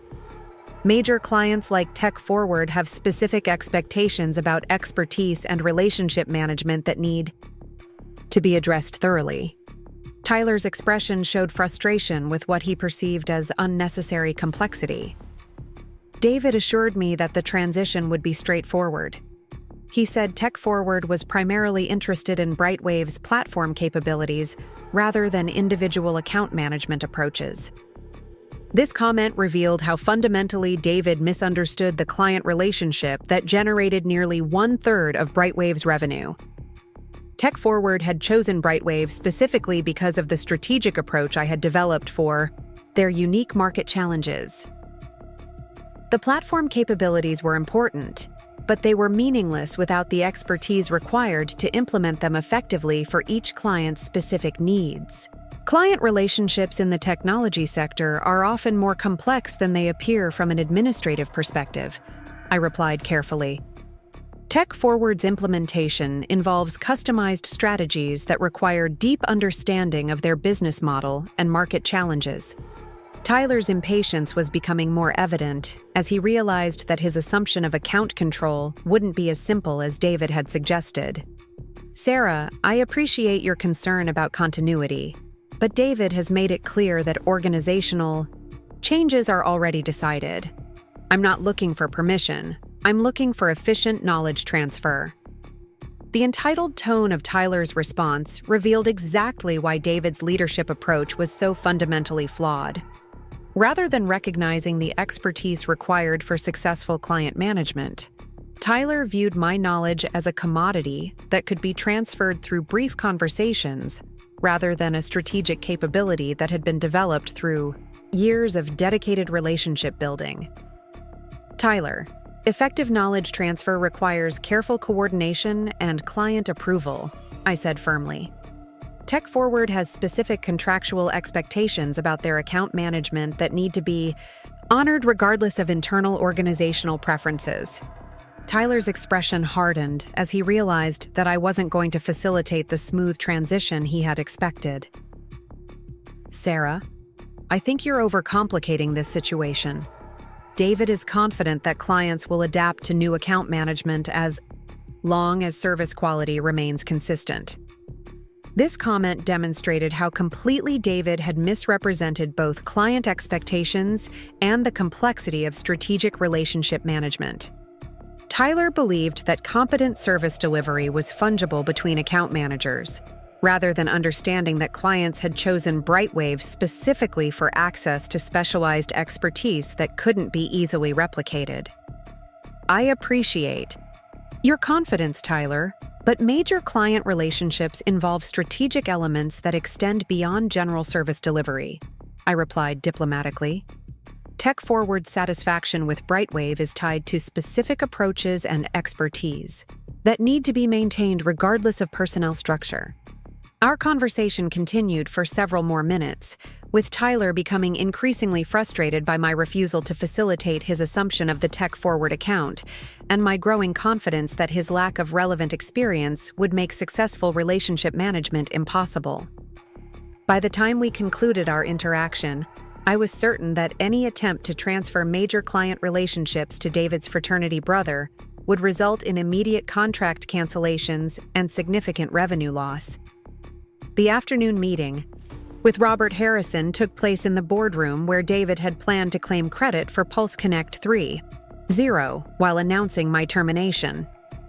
The irony of discussing his leadership failures in the same space where he had expected to celebrate his greatest triumph wasn't lost on me as I prepared my materials for what would likely be the most important conversation of my professional career. Robert arrived precisely on time, his 70-year-old bearing reflecting decades of corporate governance experience that had made him one of Austin's most respected business leaders. His expression was serious but not adversarial, suggesting that he was seeking information rather than delivering predetermined judgments about the developing situation. "Sarah, thank you for making time on such short notice," Robert began, settling into his chair with the deliberate movements of someone who understood the weight of the decisions ahead. "I've received concerning information about client communications and organizational changes that require immediate clarification." I arranged my prepared documents on the conference table, including the Aurora Ventures investment documentation, the innovation development timeline, and the client communication records that demonstrated the scope of external concerns about account management stability. "Robert, I appreciate your willingness to address these matters directly," I replied professionally. "The situation involves several interconnected issues that affect both client relationships and organizational effectiveness." Robert leaned forward attentively, his governance experience making him sensitive to the complex dynamics that could affect corporate performance. "Sarah, before we discuss specifics, I need to understand your perspective on recent developments. David has characterized the organizational changes as strategic realignment, but the client feedback suggests more significant disruption. This was exactly the opening I had hoped for. An opportunity to present factual information about leadership failures without appearing to engage in personal attacks or political maneuvering." Robert's focus on client impact rather than internal politics provided the perfect framework for discussing David's fundamental misjudgments. "Robert, the organizational changes have created client concerns because they affect the expertise and relationship continuity that major accounts contracted for," I explained, placing the tech-forward communication timeline on the table. "Clients, like tech-forward, specifically structured their agreements to ensure access to particular strategic capabilities." Robert reviewed the documentation carefully, his experienced eye immediately recognizing the contractual implications of the personnel changes David had attempted to implement. "Sarah, these contracts appear to identify you specifically as the primary strategic contact. Is that accurate?" I nodded confirmation. Several major clients negotiated those provisions during contract discussions. They wanted assurance that their implementations would be managed by the team responsible for developing the innovative approaches that attracted them to BrightWave. Robert's expression grew more concerned as he processed the implications of contractual specificity and David's apparent disregard for client expectations. "If these provisions are material to client satisfaction, any personnel changes would need to be coordinated carefully to avoid contract performance issues." This was exactly the governance perspective I had hoped Robert would apply to the situation. Rather than viewing the conflict as a personality dispute between executives, He was recognizing the fiduciary responsibility to protect client relationships and contractual obligations that generated company revenue. "Robert, that's precisely why I requested this meeting," I said, placing the innovation development documentation on the table. "I believe the organizational changes reflect fundamental misunderstanding of how BrightWave's competitive advantages were actually created and maintained." Robert examined the technical development timeline with growing interest, his business experience making him capable of understanding the strategic significance of the innovations documented in my records. "Sarah, this appears to show individual development work spanning several years. Can you explain the relationship between these innovations and BrightWave's current market position?" For the next 30 minutes, I walked Robert through the comprehensive history of innovation development that had established BrightWave's competitive advantages. I showed him the original concept documentation for EmotiPulse Analytics, the technical architecture for PulseConnect 1.0, the predictive modeling breakthrough that enabled PulseConnect 2.0, and the integrated platform design that made PulseConnect 3.0 revolutionary. Most importantly, I demonstrated the clear timeline showing that each innovation had been fully developed through my individual research before being presented to David for company implementation. The documentation was irrefutable, detailed. Technical specifications, concept sketches, algorithm designs, and market analysis that proved a clear development progression spanning years of dedicated work. Robert studied the evidence with the careful attention of someone who understood its profound implications for BrightWave's future competitive position. "Sarah, if this documentation is accurate, it suggests that your continued involvement is essential for maintaining the innovation pipeline that drives company growth." I placed the final piece of documentation on the table, the Aurora Ventures investment certificate that revealed my 22% ownership stake in BrightWave. "Robert, there's one additional factor that affects my commitment to BrightWave's success. I'm not just an employee whose work has been appropriated. I'm a major shareholder whose investment depends on proper recognition of innovation and strategic talent management." Robert's eyes widened as he processed this revelation, the full scope of David's strategic failure finally becoming clear. The CEO had attempted to terminate not just the source of BrightWave's competitive advantages, but also the company's second-largest investor, creating a situation that threatened both immediate client relationships and long-term innovation capabilities. "Sarah," Robert said slowly, "this changes everything about how the board needs to evaluate recent organizational decisions.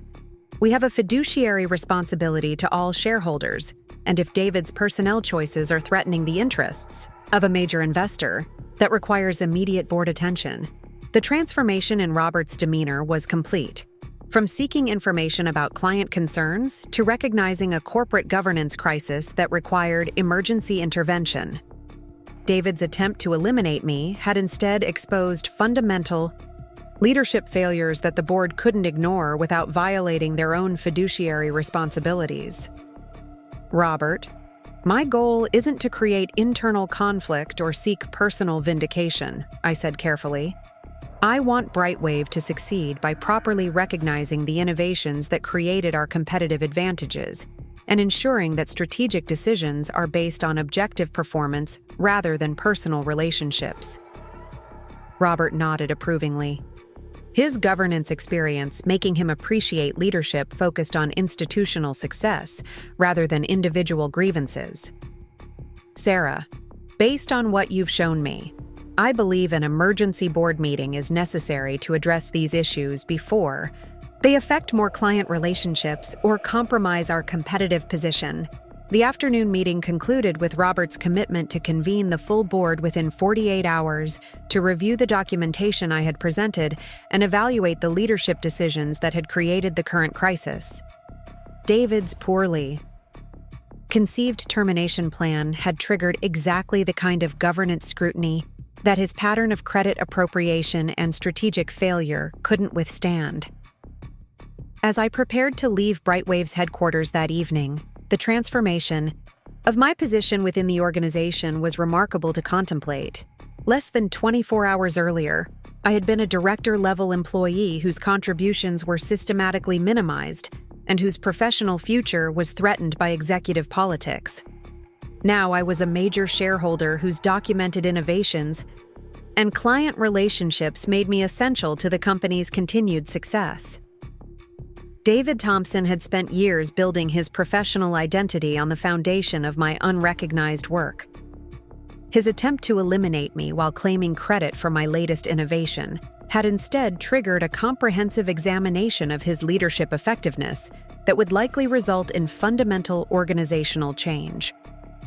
The next 48 hours would determine whether BrightWave could transform itself into the innovation-focused, merit-based organization it had the potential to become, or whether David's leadership failures had caused irreparable damage to client relationships and competitive positioning. Either way, the era of my invisible contributions and systematic exploitation had ended forever. Tomorrow, the real work of organizational transformation would begin. The emergency board meeting convened at 8 o'clock on Friday morning in BrightWave's executive conference room, 48 hours after my confrontation with David, and 24 hours ahead of the originally scheduled quarterly review. The expedited timeline reflected the urgency Robert Harrison felt about addressing the governance crisis that my revelations had exposed. But it also meant that several board members were participating via video conference from various locations across the country. I arrived 30 minutes early to ensure all my documentation was properly organized and my presentation materials were configured correctly for both in-person and remote participants. The significance of this moment wasn't lost on me. After 9 years of watching David claim credit for my innovations while systematically marginalizing my contributions, I finally had the opportunity to present the truth to the people who possessed the authority to implement meaningful organizational change. The conference room gradually filled with board members whose expressions ranged from curious to concerned to openly skeptical about the emergency session's necessity. Patricia Williams, the venture capitalist who had invested heavily in BrightWave's growth, appeared particularly focused as she reviewed printed materials that Robert had distributed prior to the meeting. Dr. James Kumar, the former technology executive, was studying my innovation development timeline with the analytical precision that had made him successful in corporate strategy roles. David entered the room precisely at 8 o'clock. His composure carefully maintained despite the evident strain of preparing for a meeting that would examine his leadership effectiveness. He had clearly spent considerable time developing counter-arguments to the evidence I had presented to Robert, but his expression suggested uncertainty about how comprehensive my documentation actually was, or how convincingly I could present it to the full board.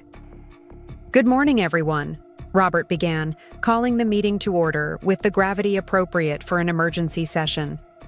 "We're here to address urgent matters affecting BrightWave's client relationships, competitive position, and organizational effectiveness. Sarah Mitchell has presented information that requires immediate board attention and potential action."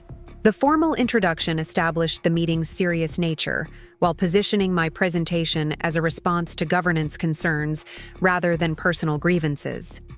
Robert's framing was crucial for ensuring that board members would evaluate the evidence objectively rather than dismissing it as internal political maneuvering. "Before we begin," Robert continued, "I want to emphasize that our responsibility is to BrightWave's shareholders, employees, and clients. Personal relationships and individual preferences must be secondary to organizational health and fiduciary obligations." David shifted uncomfortably at this preamble, recognizing that Robert was establishing evaluation criteria that prioritized objective performance over executive loyalty or political considerations. The message was clear. The board would judge leadership effectiveness based on measurable results rather than personal allegiances or corporate hierarchy. "Sarah, please present your assessment of the current situation," Robert said, turning the floor over to me with an encouraging nod. That reflected his confidence in the documentation I had shared during our private meeting. I stood and activated the presentation system, displaying the first slide that outlined the 3 critical issues threatening BrightWave's success: client relationship instability, innovation pipeline disruption, and governance accountability. Failures. The structure was deliberately analytical rather than accusatory, focusing on organizational problems rather than individual blame. "Thank you, Robert," I began, maintaining eye contact with each board member as I spoke. BrightWave faces immediate threats to its competitive position that require urgent attention and strategic response.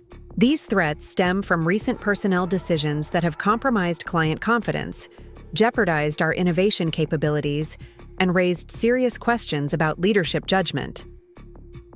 I clicked to the second slide, displaying the tech-forward communication timeline that documented client concerns about account management changes.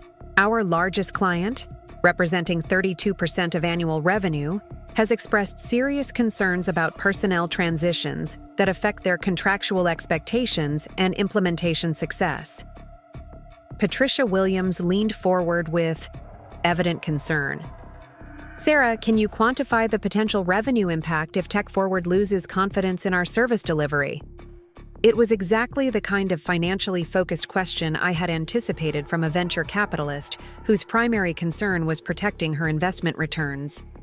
Patricia's business background made her sensitive to how operational disruptions could affect company valuation and growth prospects. Based on TechForward's contract structure and their expressed concerns, we could lose between $8 and $12 million in annual revenue if they terminate their relationship, I replied, displaying financial projections that Lisa Park had helped me prepare. More significantly, their departure would likely trigger similar concerns among other major clients who chose BrightWave for similar strategic capabilities. The board members exchanged alarmed glances as they processed the magnitude of potential revenue loss. Susan Taylor, the independent director with retail industry experience, was the first to voice the obvious question that my presentation had raised. "Sarah, what specific personnel decisions have created these client concerns?" Susan asked directly. "And why weren't the board informed before implementing changes that could affect major client relationships?" This was the opening I needed to address David's unilateral termination plan without appearing to engage in personal attacks. The focus remained on governance process and fiduciary responsibility, rather than individual grievances or political maneuvering. The client concerns stem from David's decision to terminate my employment and transfer major account management to personnel lacking relevant experience, I explained calmly. This decision was implemented without board consultation despite its potential impact on contracts worth millions in annual revenue. David finally spoke, his voice carefully controlled as he attempted to present his perspective on the personnel decisions. The organizational changes were designed to optimize resource allocation and create more efficient account management. Structure. Sarah's individual relationship with clients, while valuable, shouldn't override institutional capabilities and strategic planning. It was a sophisticated response that acknowledged my value while defending his authority to make personnel decisions based on broader organizational considerations. David was attempting to frame the conflict as a disagreement about management philosophy rather than a pattern of poor judgment that threatened company performance.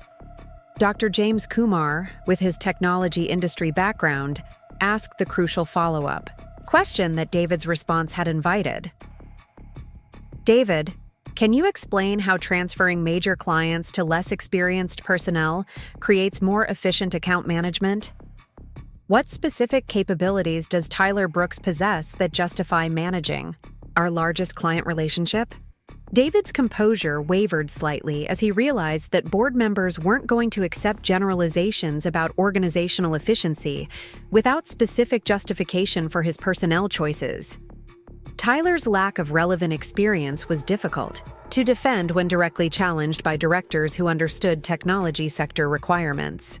Tyler brings fresh perspective and strong analytical skills that will benefit our client relationships, David replied, falling back on corporate language that avoided specific qualifications. Additionally, concentrating account management under unified leadership creates better coordination and strategic alignment. Patricia Williams wasn't satisfied with this explanation. David, fresh perspective is valuable, but major client relationships require demonstrated expertise and established trust.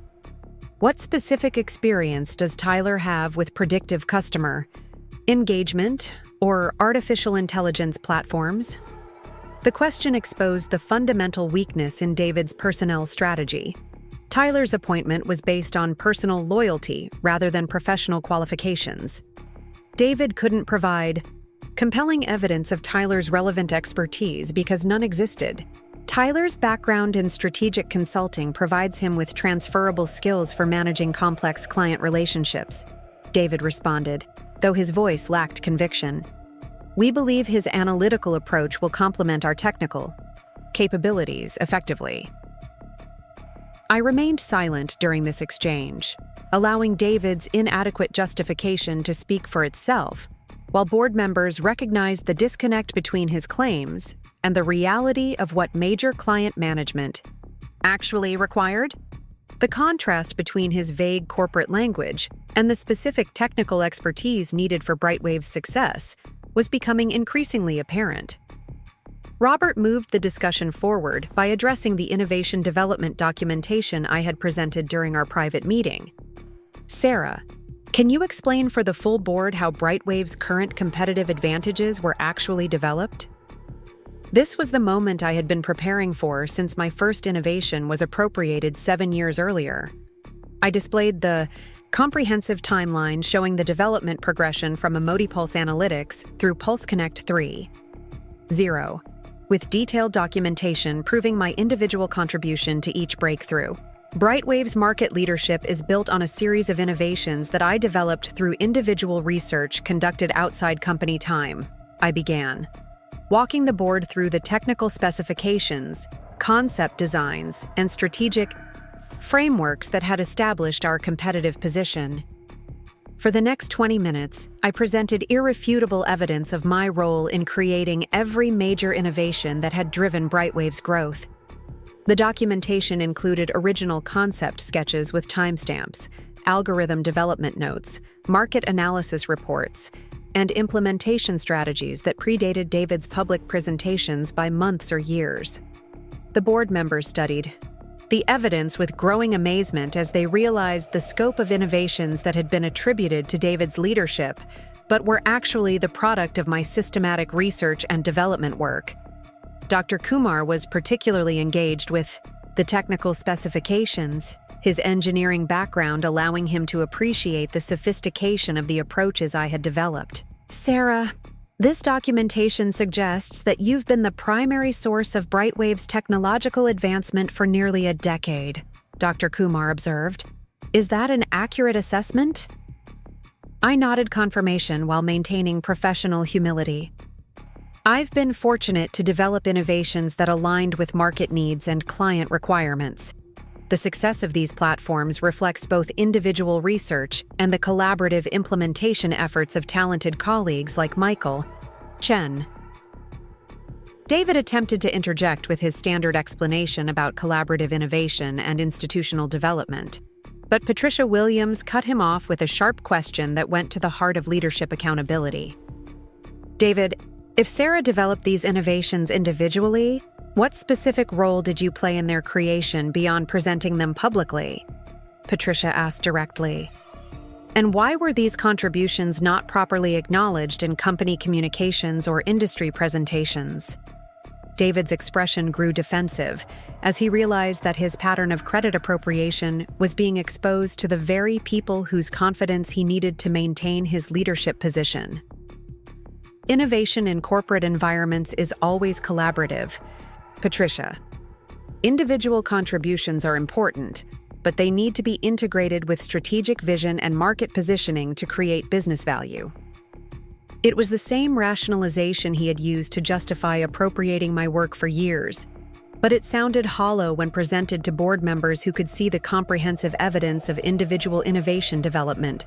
Dr. Kumar pressed the point further with technical specificity that David couldn't deflect.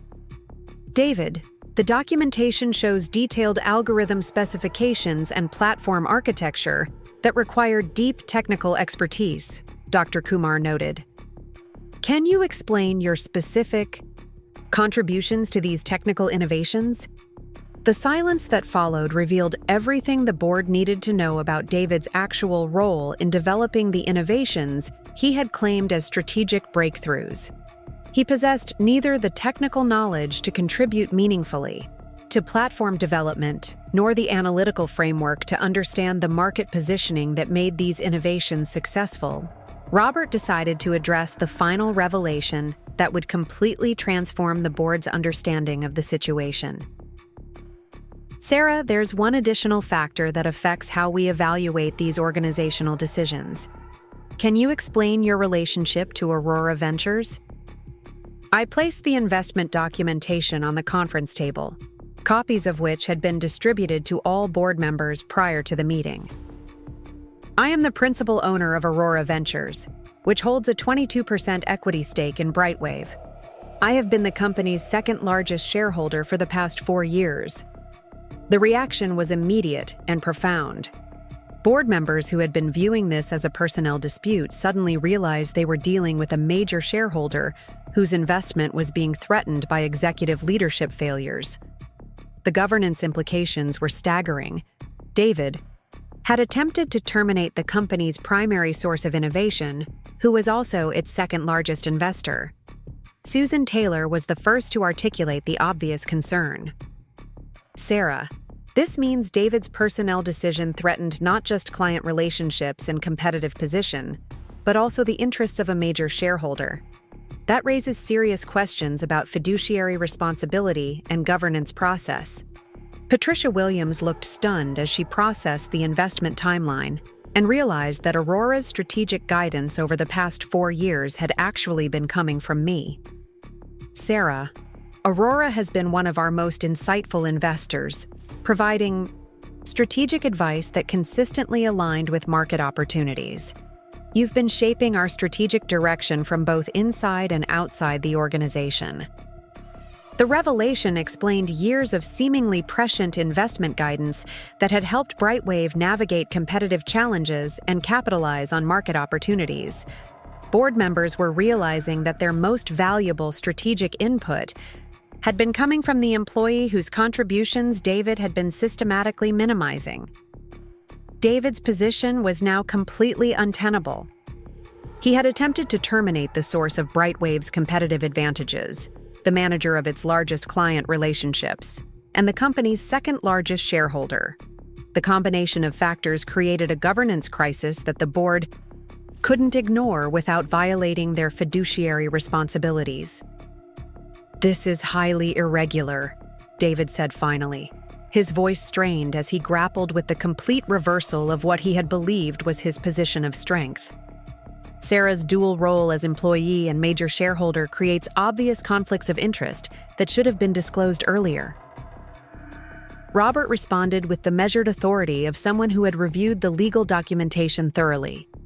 David, Aurora's investment was properly disclosed through appropriate channels with investor anonymity provisions that are standard in corporate finance. The timing of identity revelation was predetermined and legally compliant. Dr. Kumar added his perspective on the strategic implications. David, the conflict of interest you're identifying actually works in BrightWave's favor. Sarah has been simultaneously developing innovations that drive competitive advantage and investing capital that supports company growth. Her interests are perfectly aligned with shareholder value creation.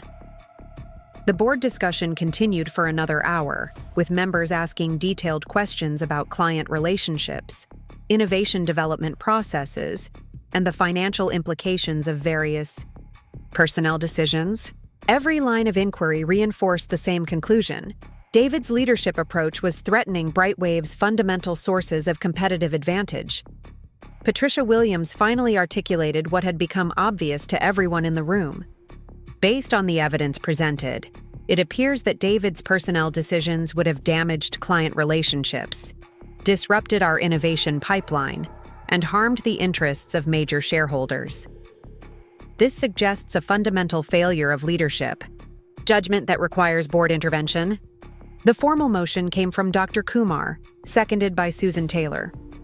I move that the board immediately rescind David Thompson's termination of Sarah Mitchell and implement organizational changes that properly recognize her contributions to company success while addressing the governance failures that created this crisis. The vote was unanimous among the 6 board members present, with the 2 participating by video conference confirming their support for immediate action.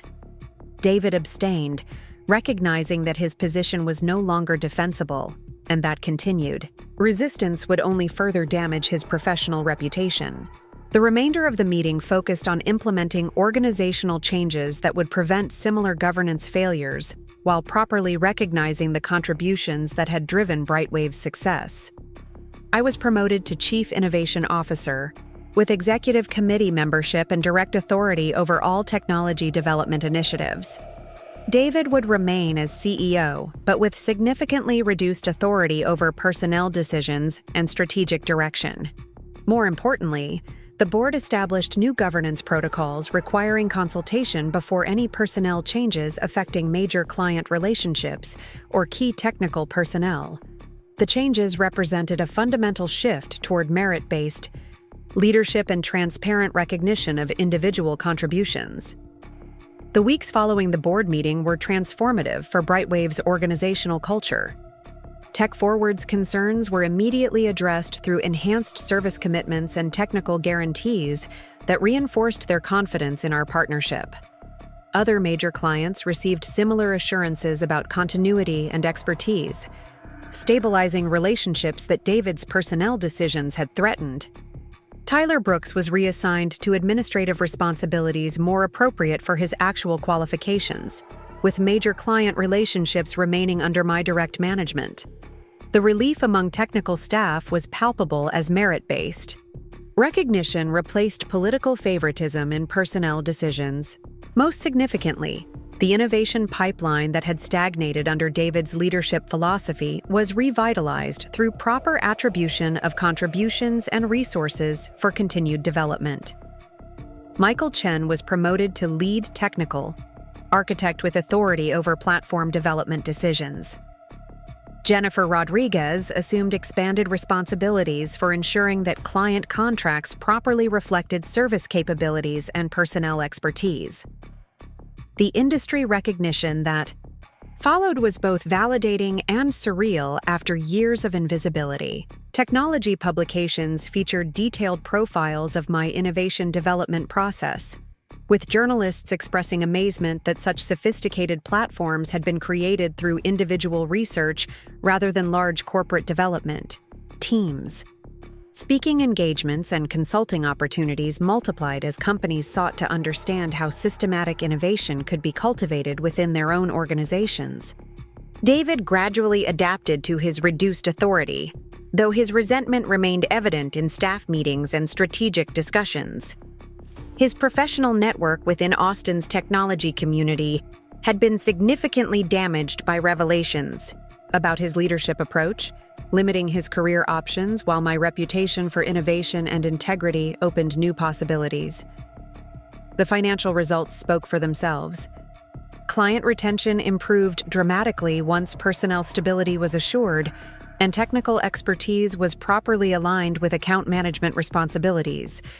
New business development accelerated as potential clients gained confidence in BrightWave's ability to deliver the innovative solutions they needed for competitive advantage. Aurora Ventures' investment value increased substantially as BrightWave's market position strengthened and revenue growth resumed its upward trajectory. The company that I had invested in 4 years earlier was finally realizing its potential through organizational culture that valued merit over politics and innovation over appropriation. Looking back on that evening at the Driskill Hotel, I'm struck by how completely David misunderstood the situation he was creating. His attempt to eliminate what he perceived as a threat to his authority instead exposed fundamental leadership failures that could no longer be ignored by the people responsible for BrightWave's governance. The termination that was supposed to be my professional execution became the catalyst for organizational transformation that benefited everyone committed to innovation and excellence. David's moment of triumph became the beginning of his own professional reckoning, while my years of patient documentation and strategic positioning finally yielded the recognition and authority necessary to implement meaningful change. Most importantly, BrightWave became the kind of organization that properly values the contributions of talented people who create real value rather than those who simply claim credit for others' work. The culture of innovation and integrity that had attracted me to the company 9 years earlier was finally realized through leadership that understands the difference between authentic achievement and political maneuvering. The transformation wasn't just personal vindication, it was institutional evolution that created an environment where the next generation of innovators would receive appropriate recognition for their contributions. That legacy, more than any individual success, represents the true victory of confronting David's exploitation and demanding accountability for leadership failures. As I stand in my corner office overlooking downtown Austin, watching the sunrise paint the skyline in shades of gold and possibility, I'm reminded of my mother's words about persistence and courage in the face of injustice. She taught me that success isn't handed to you. It's earned through intelligence, integrity, and the willingness to fight for what's right, even when the odds seem impossible. David Thompson learned too late that some people can't be silenced, marginalized, or eliminated without consequences. He discovered that systematic exploitation eventually faces systematic accountability, and that true leadership is measured by the value you create rather than the credit you claim. The woman he tried to fire at the launch party after 9 years had indeed been planning something he never saw coming. But what he didn't understand was that the real plan wasn't revenge. It was justice, transformation, and the creation of an organization worthy of the innovations and dedication that people like me bring to their work every day. BrightWave Digital Solutions stands today as proof that merit-based leadership and authentic innovation can triumph over political manipulation and credit appropriation. The company thrives because talented people receive recognition for their contributions, because clients trust our commitment to excellence, and because leadership decisions are based on competence rather than favoritism. That transformation began the moment David Thompson made the greatest strategic error of his career, underestimating the woman whose work had built everything he valued about his professional legacy. He thought he was eliminating a threat, but he was actually triggering the accountability that his leadership approach could never survive. The launch party for PulseConnect 3.0 will indeed be remembered, though for reasons that David never anticipated. It marked the end of an era where systematic exploitation could masquerade as strategic leadership and the beginning of an organizational culture built on the values that drive sustainable success. And that, more than any individual victory, is the legacy worth celebrating. Up next, you've got 2 more standout stories right on your screen. If this one hit the mark, you won't want to pass these up. Just click and check them out.